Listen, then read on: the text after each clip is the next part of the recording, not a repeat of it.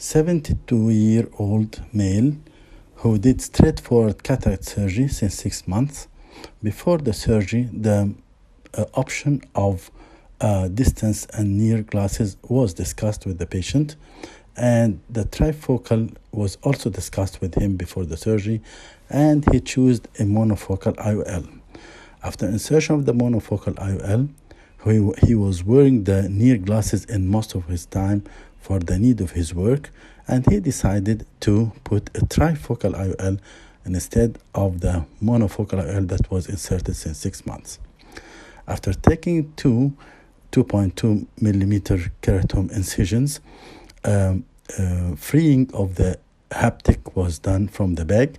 It was easy to dislodge the haptics of the thickness 1 IOL from the bag to the anterior chamber, and then taking one of these haptics out to fix the IOL, again injecting the viscoelastic or the OVD inside the eye, both the viscodispersive and the viscocohesive, to protect the cornea and to have a good space in the anterior chamber, cutting half of the intraocular lens, rotating the intraocular lens to have the other half which was not cut, and fixing with the spatula as a counter pressure by the other hand to cut the other half, being careful not to leave any remnant of the intraocular lens inside the eye.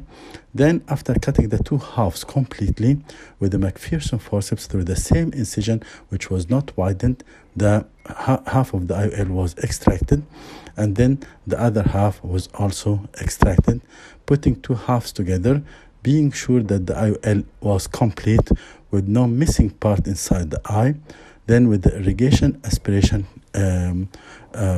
cannulae, we remove the remnants of the viscoelastic and the remnants of the any particles inside the eye, being sure that there is no remnants of the IOL.